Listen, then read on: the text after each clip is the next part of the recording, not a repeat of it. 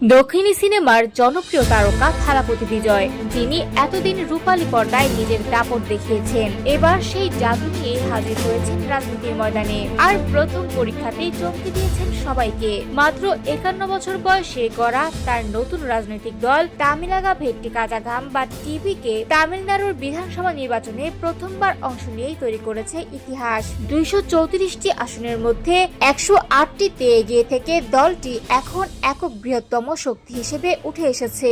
ইতিমধ্যেই কংগ্রেসের মতো বড় দলও জোটের আগ্রহ দেখিয়েছে। বিশ্লেষকদের মতে খুব দ্রুতই তামিল রাজনীতির কেন্দ্রীয় মুখ হয়ে উঠতে পারেন বিজয়। তবে রাজনীতির এই উত্তাপের মাঝেও আবারও আলোচনায় এসেছেন তার ব্যক্তিগত জীবন, বিশেষ করে অভিনেত্রী তৃষা কৃষ্ণানের সঙ্গে সম্পর্কের গুঞ্জন নতুন করে মাথাচাড়া দিয়েছে। 4 মে ফল ঘোষণার দিনই ছিল তৃষার জন্মদিন। সকালে তিনি তিরুপতির বিখ্যাত মন্দিরে পূজা দেন। অনেকে মনে করছেন বিজয়ের সাফল্য কামনাতেই এই প্রার্থনা।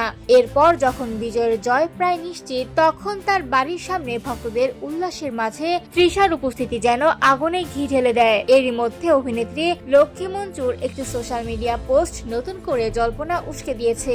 তিনি তৃষাকে জন্মদিনের শুভেচ্ছা জানিয়ে লেখেন, বিজয়ের জয়ই নাকি তৃষার জন্য মহাবিশ্বের সেরা উপহার। সব মিলিয়ে রাজনীতি আর ব্যক্তিগত জীবনের এই মিশেলে এখন তামিলনাড়ুর সবচেয়ে আলোচিত নাম বিজয়।